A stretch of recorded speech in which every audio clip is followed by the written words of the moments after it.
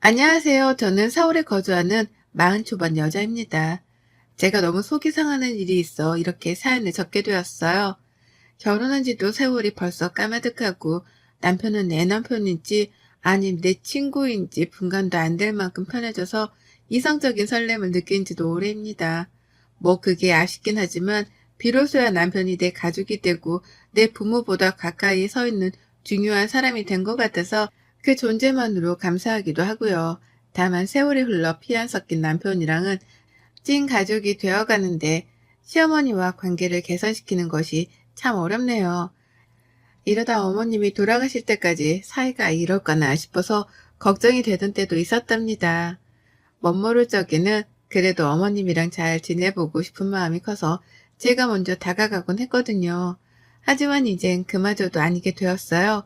더욱 거리를 두려고 하는 어머님 때문에 다가가려던 제가 뒷걸음질을 치게 되었기 때문입니다. 지금부터 시어머니와의 지독한 고부관계가 설명이 될 텐데요. 가뜩이나 시모랑 사이가 안 좋으신 분들이라면 정신줄 꽉 붙들어 잡고 들어주시길 바랍니다. 후련한 복수를 꿈꾸시는 분들도 꼭이요. 제가 결혼할 적에 저희 친정 부모님께서 집을 해주셨습니다. 강남은 아니지만 한강이 보이는 그 주변의 아파트이고 저랑 남편이 돈 모아 인테리어를 새로 싹 바꿔서는 들어와 살기 시작했어요. 집 말고도 저희 아버지는 남편한테 결혼하며 차도 새 걸로 사다 주셨고 출근할 때 입으라면서 자신이 가지고 있던 명품 넥타이나 넥타이 핀 등 가지고 있는 좋은 거란 좋은 건 죄다 물려주셨습니다. 하나밖에 없는 사유라면서 말이죠. 제가 위로 오빠만 둘이 있는 막내 딸이거든요. 부모님께서 이혼을 하고 난 후 아빠가 뒤늦게 재혼을 하게 되면서 저랑 오빠들이 어린 시절 마음고생이 심했습니다. 경제적으로는 한 번도 어려워 본 적이 없는 저희였지만 부부싸움을 밥 먹듯 하고 툭하면 집을 나가는 엄마 때문에 마음고생만큼은 그 누구 못지않게 어렵게 살았어요. 그 때문인지 재혼을 하면서도 아빠는 새엄마보다 저희 자식들을 먼저 생각하셨고 재혼하고 난 후에도 지금껏 늘 자식이 먼저라 말씀을 하는 분이셨습니다. 그렇게 자식들을 소중하다고 챙겨주시니 저희 남매들도 자연스레 새엄마가 안쓰럽다며 더 잘해주려 다가가기 시작했고요. 그러다 보니 지금은 어엿한 한 가족이 되었어요. 서로 누구보다 우선으로 아끼는 것도 잘 알고 있고 그래서 말 안 해도 소중한지를 아는 찐 가족 말입니다. 남편은 저희 아버지한테 차도 받고 신혼집도 뷰 좋은 곳으로 받으니 좋아라 했어요. 좋아를 할 수밖에 없었죠. 시댁은 그럴 형편이 아니었거든요. 저희 시댁은 강남에 위치해 있습니다. 목 좋은 곳의 아파트로 말이죠. 하지만 그뿐이었어요. 강남에 있는 아파트에 살고 계시긴 했지만 그것도 교육률이 상당하셨던 어머님이 시아버지께 조르고 졸라서 이사를 간 것이었다고 하더라고요. 처음엔 전세로 말입니다. 그렇게 남편은 시어머니의 욕심 때문에 강남으로 학교 전학을 왔음에도 불구하고 명문대는커녕 인서울대학을 겨우 진학을 했다고 해요. 새로운 환경에서 공부를 할 여유도 없이 적응하느라 스스로 힘들었다고 하더라고요. 하지만 시어머니는 그걸 이해하기는커녕 오히려 도끼를 품고 곧 고3이 되는 아가씨라도 명문대를 보내야겠다는 생각으로 더 빚을 내서 강남에 있는 아파트를 사셨다고 합니다. 어찌 보면 그 당시 재테크를 잘 하셨던 것이기 때문에 돈 버는 일이긴 했으나 그로 인해 시아버지는 퇴근 후 대리운전까지 뛰면서 빚을 갚았다고 하시고 시어머니는 별개로 식당 일까지 하며 생활비를 벌어오셨다고 해요. 집 하나, 그놈의 집 하나랑 대학 하나 때문에 집안 전체가 돈에 허덕이며 살았던 것이었죠. 근데도 한번 강남에 들어와 살다 보니 강남이라는 입지가 좋았던지 집을 팔지 않고 살던 집에서 쭉 사셨다고 합니다.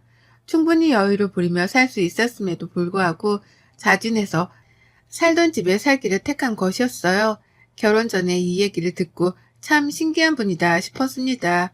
그놈의 강남 아파트가 뭐라고 주변 인근만 가도 그 아파트를 팔고 남긴 돈으로 더 크고 좋은 집에 살 수도 있을 텐데 자식들을 모두 다 대학에 보내놓고서도 그리 힘들게 사는 게 왜인지 궁금했어요.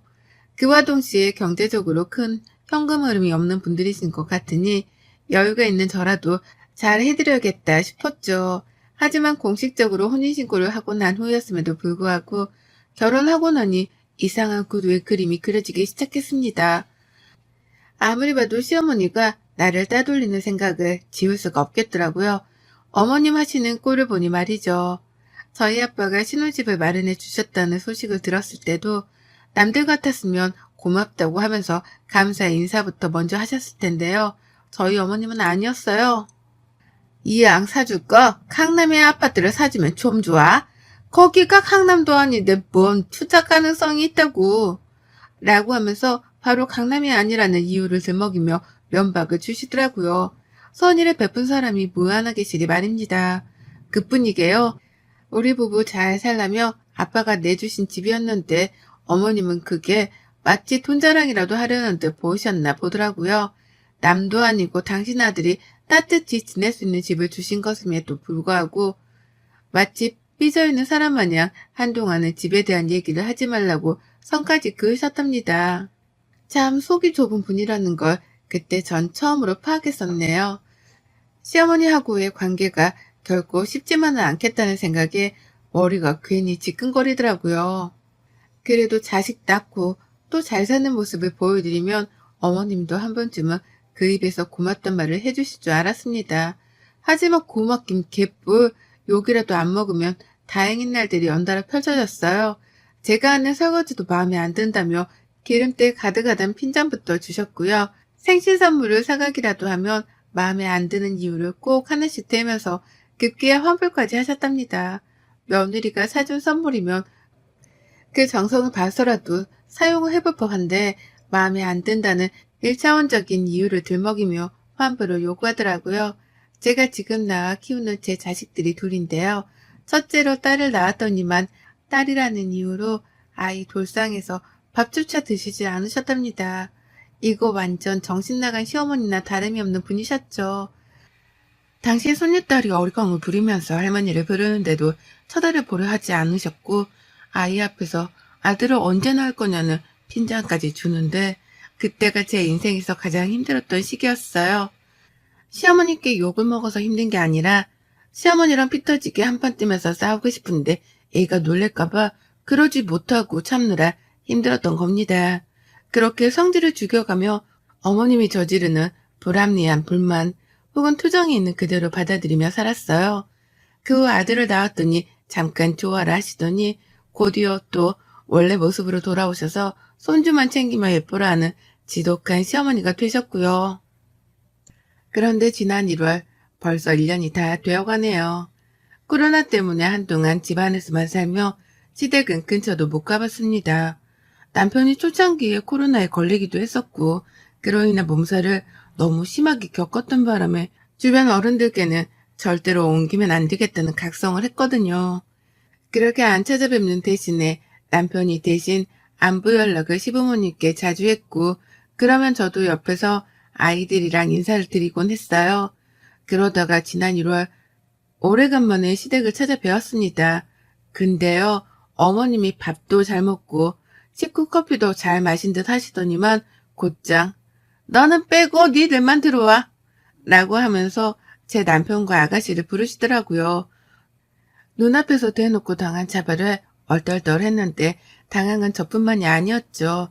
남편도 그렇고 아가씨도 그렇고 이렇게까지 티를 내며 우리만 불러야겠냐며 시어머니께 눈치를 줬는데 어머님은 아무 상관도 하질 않으셨습니다. 결국 그렇게 방 안에 들어가 한참 동안 대화를 나누다가 나오곤 하셨어요. 그리고 이런 식의 기분 나쁜 일은 한 번으로 끝나지 않았습니다. 한 번이 아니라 여러 번 정말 무수히 많을 만큼 제가 기분 나쁠 일들이 벌어졌어요. 다 같이 밥을 먹다가도 얘기 좀 하자꾸나 라고 하면서 정확히 손가락으로 제 남편과 아가씨를 가리키며 안방으로 데리고 들어가기도 하셨고요. 이런 식의 일들이 좀 익숙해진 건지 언젠가부터는 고개만 휙휙 거리시면서 아가씨랑 제 남편을 부르더라고요. 그러면 저는 또 나만 빼놓고 들어가려 하시는가 보다 싶어서 일부러 눈을 회피하며 밥상머리에 시선을 고정시키곤 했죠. 안 그럼 그 상황 자체가 너무 민망해서 못 봐줄 것 같았으니까요.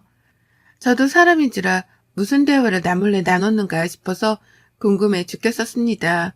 그와 동시에 나를 쏙 빼놓고 할 얘기가 뭐가 있는가 싶어 화도 났고요. 저희 아가씨가 결혼했는데 한 번은 아가씨의 남편까지도 방 안에 부르시더라고요. 며느리는 저는 빼놓고 사이만 불러낸 것이었습니다. 아무리 생각해도 이해가 가질 않았어요. 무슨 대화를 하길래 나 혼자만 이렇게 기분이 나쁠 만큼 혼자 남겨두는 거냐면서 괜시리 남편을 불러 짜증도 부려봤습니다. 시어머니 보는 앞에서 툴툴대어 보기도 했고요. 하지만 남편은 입을 아꼈고 한 번은 결국 털어놓더라고요. 엄마가 재산 얘기를 하신다고 부르신 거였어. 가족들만 있는 자리에서 재산 얘기를 하고 싶으셨던 것 같더라고. 당신이 이해를 해줘. 라고 말이에요. 남편의 말을 듣고 나니 그제서야 이해가 가기 시작했어요. 큰 재산이든 작은 재산이든 자기 자식들만 두고서 재산 얘기를 하고 싶으셨겠거니 했습니다. 그래서 이해를 해드리려고 처음엔 수긍을 했네요. 다만 기분이 여전히 좋지 않더라고요. 시어머니는 당신 집안에서 지내는 제사도 그렇고 시부모님 각자의 생신도 그렇고 각종 경조사며 며느리의 손길이 필요로 할 일에 대해서는 무조건 저부터 찾곤 하셨거든요.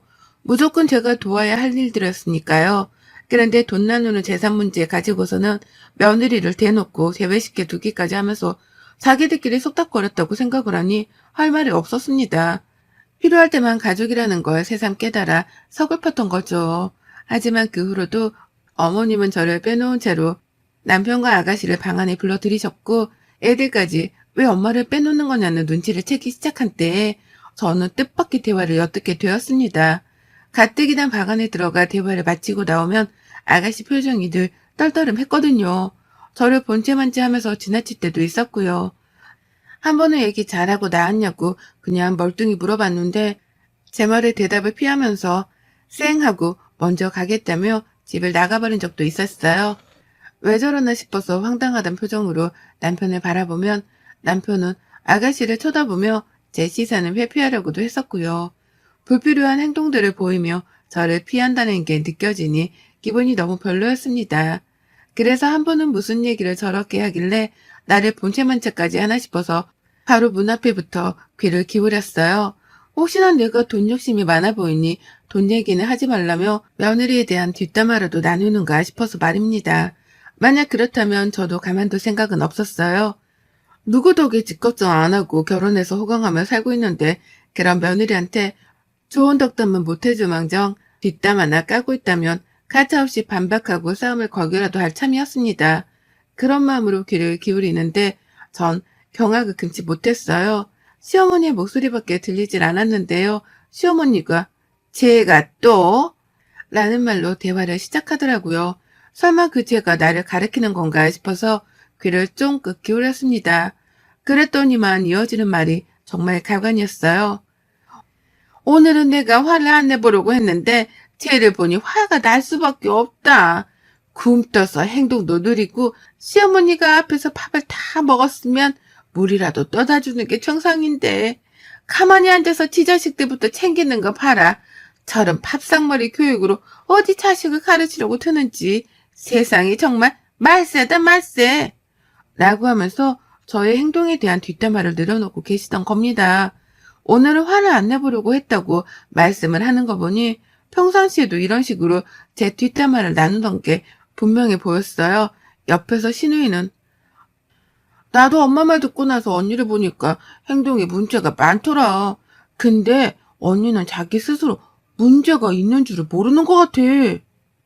라고 하며 시어머니의 말을 맞받아 쳤고요. 뒷담화를 어머님께 들어오면서 결국 신우이도 시어머니와 한마음으로 저를 달갑지 않게 바라보기 시작한 겁니다.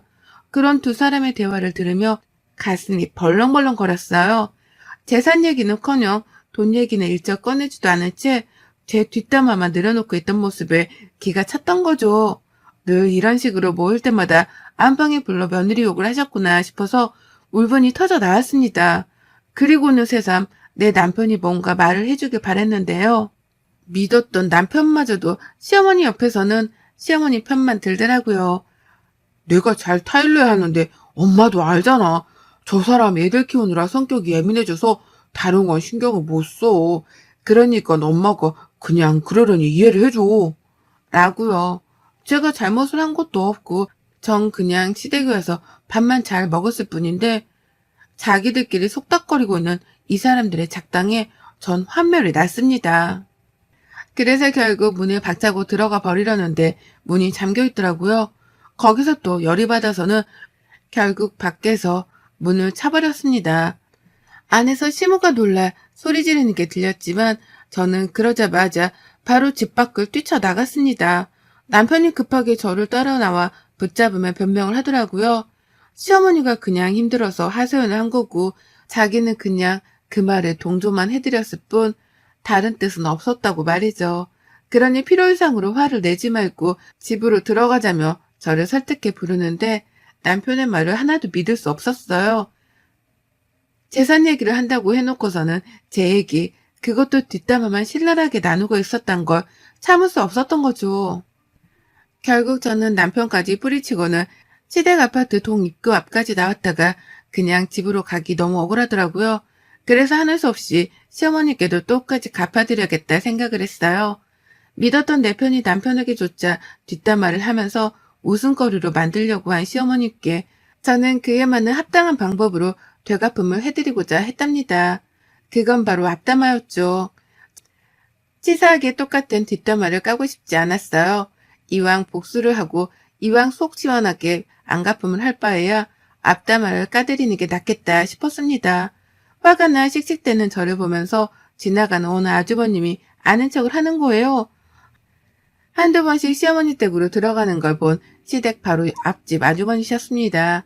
화가 난 채로 얼굴이 잔뜩 붉어져 있는데 그걸 보고 궁금하셨던지 더욱 격하게 아는 척을 하며 다가오는 거예요. 보통 같았으면 그냥 가볍게 인사만 드리고 후다닥 제 갈 길을 갔었을 텐데 이번만큼은 그냥 지나치기가 힘들었어요. 뒤에서 남편이 엘리베이터를 타고 저를 따라오는 중이었는데 그런 남편의 존재를 알면서도 시댁의 이웃분이던 그 아주머님께 큰 소리를 쳤습니다. 아유, 정말 화나서 이혼해야겠다고 집을 나와버렸어요. 라고 말입니다. 그러자 뒤에서 저를 향해 걸어오고 있던 남편이 갑작스레 발걸음을 멈추더라고요. 상황이 민망하다고 생각이 들어 굳이 이웃분께 얼굴을 비추지 않는 게 낫겠다 판단을 한 겁니다. 그리고 저는 남편이 그러거나 말거나 무시를 한 채 더욱 격렬히 이웃분께 소리를 질렀어요. 저희 어머님 원래 저렇게 모지고 정없는 분이세요? 평소에도 이웃분들께 그러시죠? 라고 말입니다. 저는 그 순간 이웃 아주머님의 얼굴 표정을 봤는데 아주머니가 아주 호기심 어린 표정으로 절 보시더라고요. 마치 무슨 일인지 궁금해 죽겠다는 표정을 하고 다가와 뭔데? 왜 그러는데? 시어머니랑 싼 거야? 왜? 뭔데? 라면서 물음표를 든 질문을 멈추지 않으셨습니다. 그래서 전 있었던 일에 대해 전부 다 말씀을 드렸죠. 시어머니가 집에 초대를 해놓고 며느리만 빼놓은 채 나머지 식구들만 안방에 데리고 들어가 며느리 뒷담화를 깠다고 말입니다. 한두 번도 아니고 매번 그렇게 사이좋았던 시누이랑 남편 사이에서 이간질을 대놓고 하면서 나를 농락했다고 아주 열불나 죽겠다며 남의 아파트 앞에서 고래고래 소리를 질렀죠. 그러자 사람들은 하나둘 모여들었고 급기야 베란다에서도 저를 쳐다 내려보는 이유까지 있었습니다. 남편은 이미 사라지고 난 후였고 저는 남편이 도망을 쳤다는 게 더 화가 나 더 열불을 내며 시어머니 앞담화를 깠죠. 제가 이렇게 말을 하자 몇 호인데요? 누구 집이더라? 라고 하면서 시어머니가 누군지에 대해 확인하려는 사람들이 하나둘 나타나기도 했고요. 결국 이웃 아주머니의 제보로 저희 시어머니가 누군지에 대해 온 아파트 동네 아주머니들이 알아차리게 되었답니다. 그 중에서는 딸 자식을 키우고 있었는지 어떻게 남의 집 딸을 그리 대놓고 무시할 수 있냐며 저만큼이나 화를 내주신 분도 계셨고요. 더러운 똥을 밟은 셈치고 이참에 연을 끊고 살라며 응원을 해주는 이웃도 계셨어요. 시어머니랑 평소에 사이가 좋지 못했던 건지 맞은편 이웃 아주머니조차도 그 집은 내가 언젠가 이사단이 날 줄 알았어. 아줌마가 늘상 표를 통해서는 말도 살갑게를 못하고 나도 어울리기가 힘들더라니까. 라고 하면서 제 편을 들어주셨어요. 그렇게 저는 제 뒷담화를 듣고 화가 미치도록 났던 그날 밤 똑같이 안갚음을 해주겠다며 시어머니의 아파트 이웃 사촌들 앞에서 시어머니 욕을 신랄하게 해버렸답니다. 나중에야 남편으로부터 사실을 전해들은 건지 시어머니가 아파트 입구 앞까지 내려오셨더라고요. 그래서 제가 심호욕을 하다가 시어머니 얼굴을 보고는 잠시 입을 다물었는데 그 순간 모두가 시어머니를 쳐다봤습니다. 누군지 얼굴을 봐야겠다면서 입구 안으로 들어가려는 사람도 있었죠.